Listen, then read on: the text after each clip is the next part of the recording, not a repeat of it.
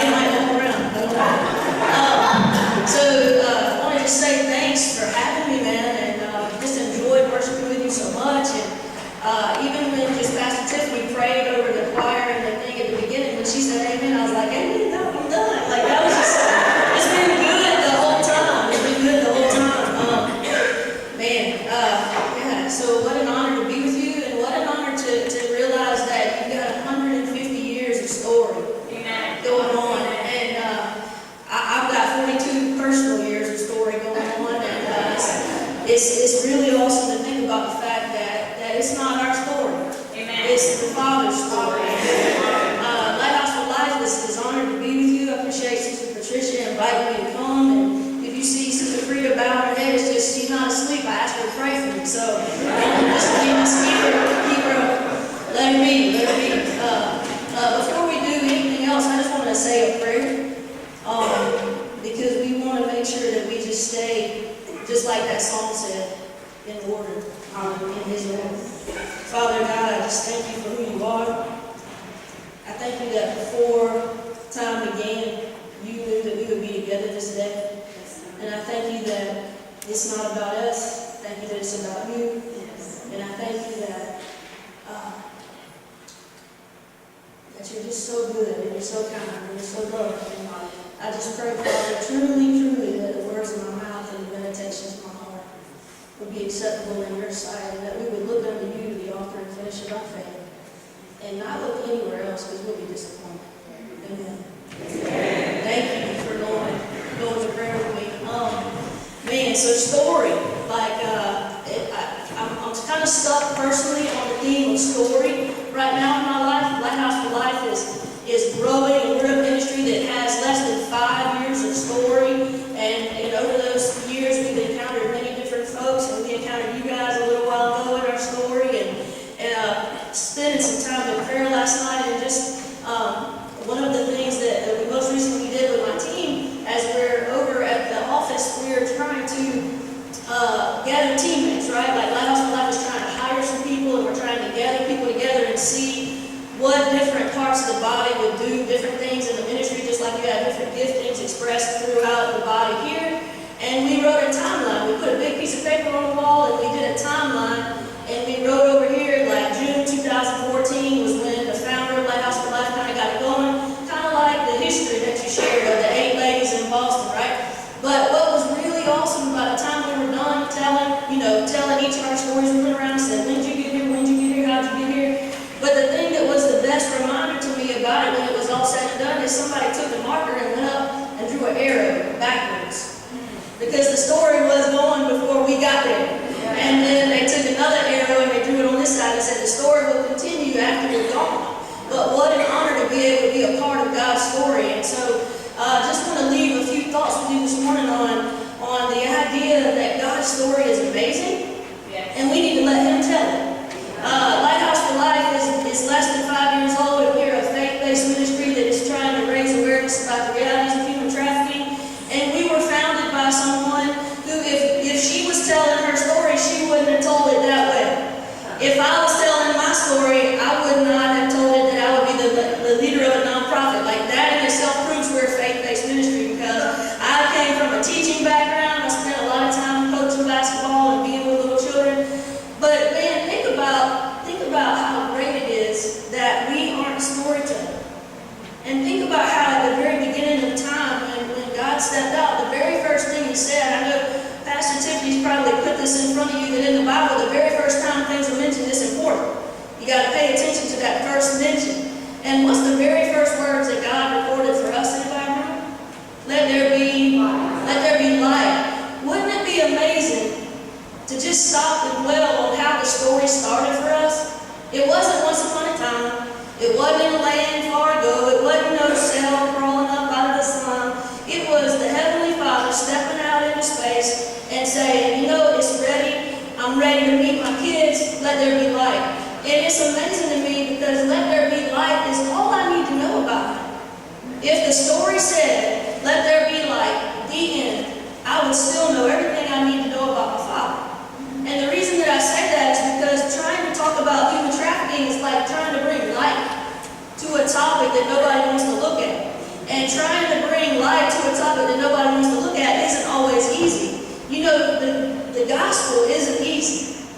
It is, it's fact-based and it's love-based, and Jesus came to earth and he was the first volunteer and the first missionary and all these kind of things, and he was a perfect guy, but he got rejected. So how are you going to expect for you not to be rejected sometimes? We put on light, right? But we have seen a great light and the Father of lights, and in him is no darkness, right? And there's just on and on. The story of light is throughout the gospel, and the story of grace is throughout the gospel. And when God said, let there be light, he might as well, he could have just, that was all we needed. Because imagine for just a second, what would it be like without no light?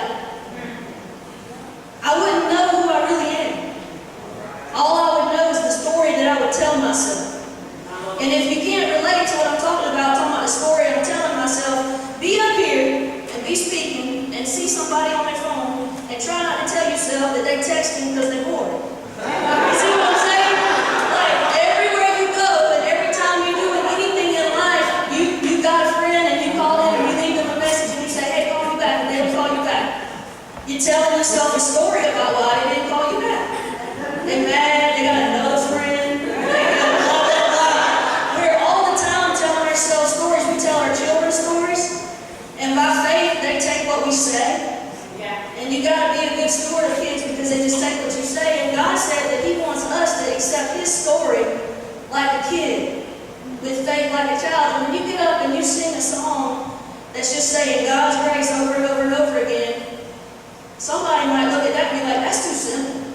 Where's all the poetic words? Where's all the da-da-da? No, man. That's enough of a story. God's grace, that's my story. That's my song. Praising my Savior all the day long. The Lord says that he inhabits the praise of his people, so I don't know what other churches are doing, but I know he's here today. He is. And so I just sat there and I just got overwhelmed listening to the story of God's grace and let there be light. And the question that I have for you today is, who's telling your story? I'm thinking that I'm supposed to be the one telling the story about Lighthouse for Life, and God taps me on the shoulder all the time and says, no. That's my story. That's my ministry. Greater is he who's where? In you, Jen. Not greater is Jen who knows Jesus. Faith isn't good. We don't need to have faith in our faith. That's not the goal. Amen. Jesus is the goal. Prayer's not the goal. Let's get together and have a time of prayer. That's fine, but the goal ain't prayer. The goal is who we're talking to. And so you gotta just I just want to share with you the idea that as Lighthouse for Life is trying to grow, we're trying to raise awareness about the fact that human trafficking exists in Colombia, about the fact that people are taking advantage of our children and trying to tell them a story that changes how they see themselves and tell them that their family's not for them and that they're for them and that they can be the father figure they never had and they can give them cash that they don't have and that they can provide for them something they don't have and they can protect them from something that they need protecting from, and if that don't work, then they're going to punish them. That's what traffickers are out there trying to tell our children. They're pretending, they're lying, they're trying to provide and protect and pursue, and that's what God said men are supposed to do for the family and for the church, and we're supposed to be together in community. And so I'm just asking you, what kind of story are you telling your children? And what kind of story are you telling yourself? And who's the storyteller? Who's the storyteller? Sometimes people say, well, I'm not leading. Yeah, you are. Who you leading? You. You are the single most biggest influence in your life because you're talking to yourself in your head all the time. What kind of story are you telling me? Lighthouse for Life is in existence to try to tell a story to South Carolina about the fact that there are predators amongst us and that we don't have to settle for that and that we can do better for that. And we're trying to say, let there be light, South Carolina. Let there be light, Wesley Church. Don't be scared of your story. Jesus died a long time ago, right? And there ain't nothing we're going to do that he don't already know about. So do you exist in a community where they can let there be light and you can tell your story? And when you're telling your story, we're not telling it to give great praise to the enemy. I don't need to linger in what I did because I'm not what I did. I'm who I am because of who is in me. And so I'm just asking you, who's telling your story? What story are you telling yourself? There was a gentleman, I'm pretty sure he's dead at this time, his name's C.S. Lewis. I don't know when he lived or died, but he wrote these books like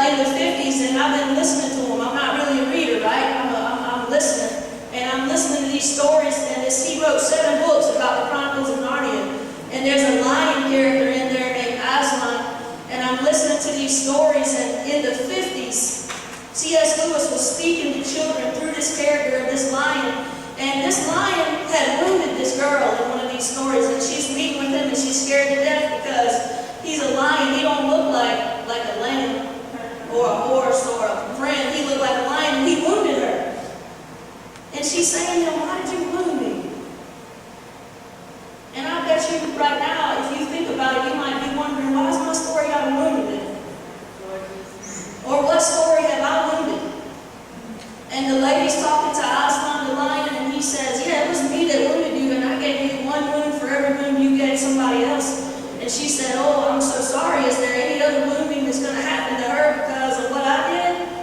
And he said, and this is what, then I had to pull over and call somebody because it just got me so good. He said, "Child, I'm not telling you her story. I can only tell you your story."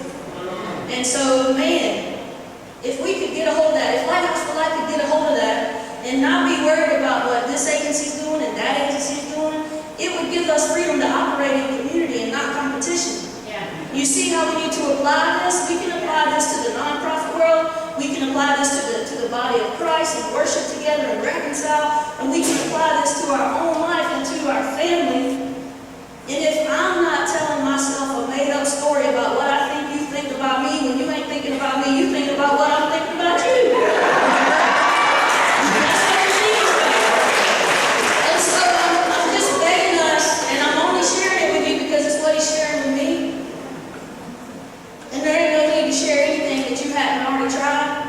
Amen. And so I'm just asking you in the story, will you let there be light in your story?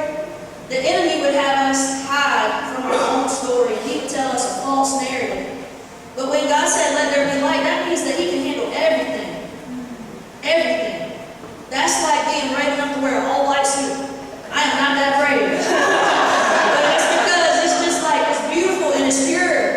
And if I don't eat spaghetti when I'm wearing an all-white suit, right? Like, I'm not that brave. But the big idea is, are you brave enough to be in the light? Are you brave enough to let him tell you your story? Because our stories are broken. Yeah. Our stories are painful. There's deception in our stories and mistakes in our stories. And we would cast lots at other people instead of figuring out our own story. And I'm just asking you, because, you know, light, darkness don't ever come light. When you open your door at night and you open the door, does the dark from the yard come in the house? Or does the light from the house go in the yard? The light overcomes the darkness. And so I'm asking you, as you're living your story and as you're walking out your story, Lighthouse for Life, we're trying to live out our story. We've been trying for 5 years to get a safe house open in Richland County for females that are survivors of sex trafficking. Is it open yet? No. Do I get asked about it all the time? Yes. Is that a story that I thought would be like that? No.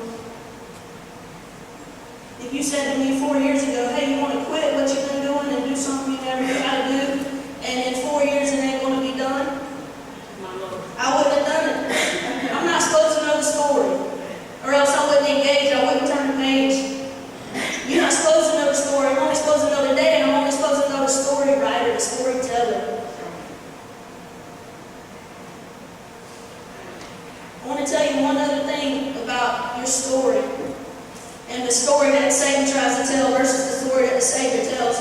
You start in the Genesis, and he says, "Let there be light," and then you go over and you start Jesus' ministry, and he did this miracle, right, at the wedding. He turned something, water into what? Water into wine. And then they take it and they give it to the feast, people at the feast, and they had already drank all the wine, and that's why they had to turn it into it. And the guy at the party said, "Hey, you doing something different. You brought out the best wine later. Most of the time, you bring out the good wine first."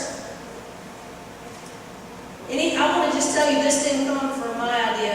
There's a pastor that I think that if you ever listen to Darius Daniel online, you'll be blessed. And Darius was teaching one day, and he taught on this moment, and it changed how I teach human trafficking, because it matches the spiritual world, matches human trafficking, because we become slaves to our own passions, and we fall for the promises of pretending and protection and provision and punishment of Satan to do what we want to do, and we stay enslaved to our own Condemnation.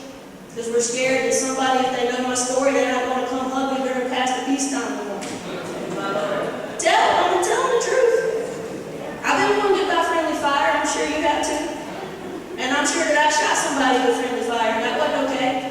We human. We say our words and we don't know any better. And like those people that threw the rocks, and Jesus said, if you haven't sinned, go ahead and throw the first rock. And who dropped the rock first? Not the young kids, the older crowd.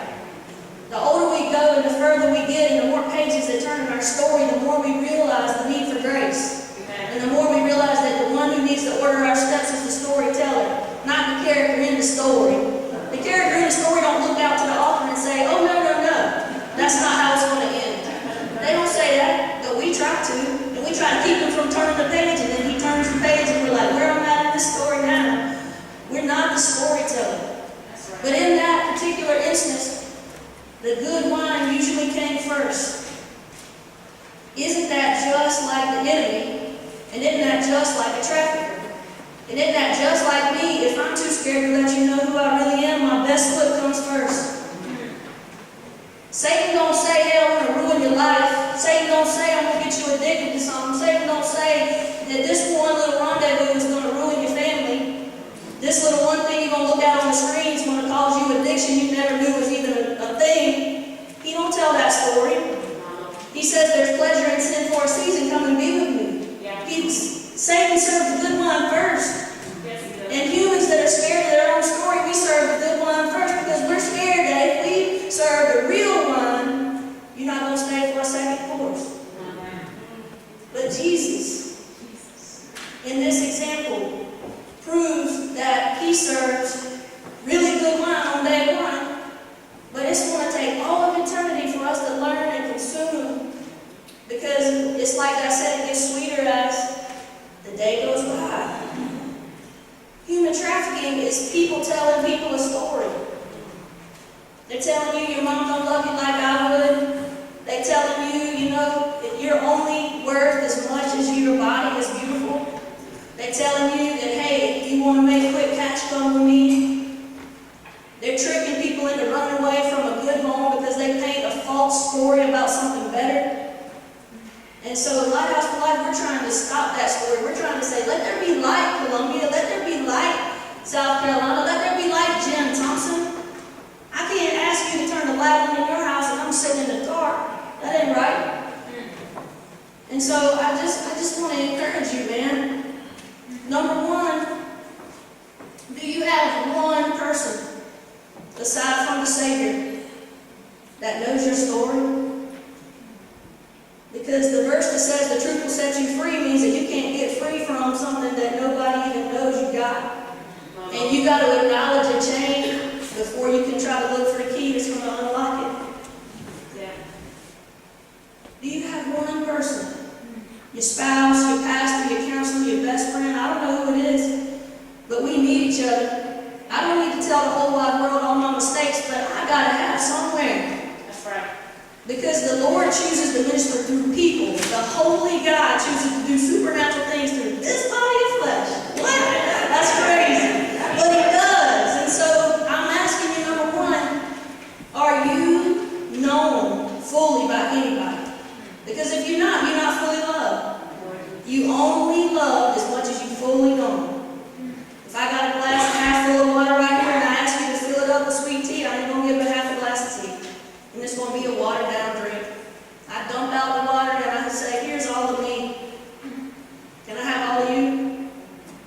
That's the only way I'm going to be full. So number one, does anybody besides the Savior really know your true story? Number two, if somebody told you their story, what would you say to them? Are you a safe place to tell a story to? Are you going to say judging things? Are you going to say lies to make somebody feel better? Are you going to throw rocks? Are you going to say what the Savior said? Neither do I condemn you, but let's not do that no more. Let's have accountability. Let's live in the light. Let's not be scared. So what kind of listener are you? So who knows your story? Anybody? And then do you know anybody else's story, and do you wait and use it against them? And then number three, how do you look at the story sitting next to you and say, well, I'm thinner than that story, so I must be a good story? Or do you say, oh, I don't have as much money in my story as that story does? I don't have as long of a known story. I got a less than a 5-year story, and you got a 150-year story. Should I leave discouraged because I don't have the story you have? The Savior said, I can only tell you your story. Amen. John and Peter was like, Jesus was like, feed my sheep. And Peter was like, what about John? And Jesus said, John can live till I get back. For all you care, I'm telling you your story. Feed my sheep. Where do you find and where do you decide and how do you know the quality of your story? By the one who told it to you. And the best part is he don't serve the best wine first and the garbage last. Yes. Satan starts his story real pretty, real enticing, real encouraging, just like human trafficking looks good on the front end. People think that it's a glamorous life. They think being in any kind of industry where sex is involved is a glamorous life. Find the people in a little while. Find out how the story went. And just because you intersect somebody on a page of their story where it's a really ugly, broken, hard page, don't you decide how they got to that page, because you don't know what was read up until then. A lot of adults, we intersect with them and we want to share with them and we want to help them, and they're 25 or 32 or 47 and we're like, well, you just must be a drug addict, bad mom, you got addictions, you don't have no good relationships, you're scared of commitment, blah, blah. You don't know how they got there. Amen. That's right. Now, we don't want to ignore the facts, but I'm not my facts. That's right. I'm not. The very first other practice of first mention in the scriptures was when Adam and Eve, they ate that fruit, like everybody says it was an apple, but we don't know if it was an apple, and I think that gives apples a bad rap, right? Like, that's not fair. But like, the very first thing God said to them was, not what did you do? Where are you? The story teller knows the facts about what's going to happen in the story. But he didn't write the story for the facts, he wrote the story for the characters. And he said to Adam and Eve, he just wanted to call attention to them about, where are you? Are you still with me? Are you still in my story? And who told you the false narrative that made you be separated from me in your story? Eventually he said, yeah, you ate the fruit I told you not to, and then he's like, hey, the woman made me do it. But the big idea is not the act. Everybody already knew the act. So when we have friends and family and children, and they mess up, or they make a mistake, and they do something in their story that's not a good idea, do we need to remind them over and over and over again about how dumb that was? We just need to say to them, where are you? Because if I feel like I can't get any affirmation from a guy and I'm in high school and I have to send him a naked picture of me to get him to love me, I don't need you to remind me of how desperate that was. I don't need you to say, why'd you do that? I know why I did it. You might want to consider how long I tried not to before you fuss at me too much. But we really just want to say, baby girl, where are you? How are we not together right now? Who told you that that's what it took to get a love? Where are you? Let's get back together. And that's what the Father does. That's what the story writer does. He just wants to be with us. He models vulnerability. He's not scared to say, I don't know. God is so big, he lets himself be limited by us. And then he asks us a question just to get us to say the answer back out loud so we'll hear it, not from his mouth. You would think that I would have some kind of really great way to end, and I don't.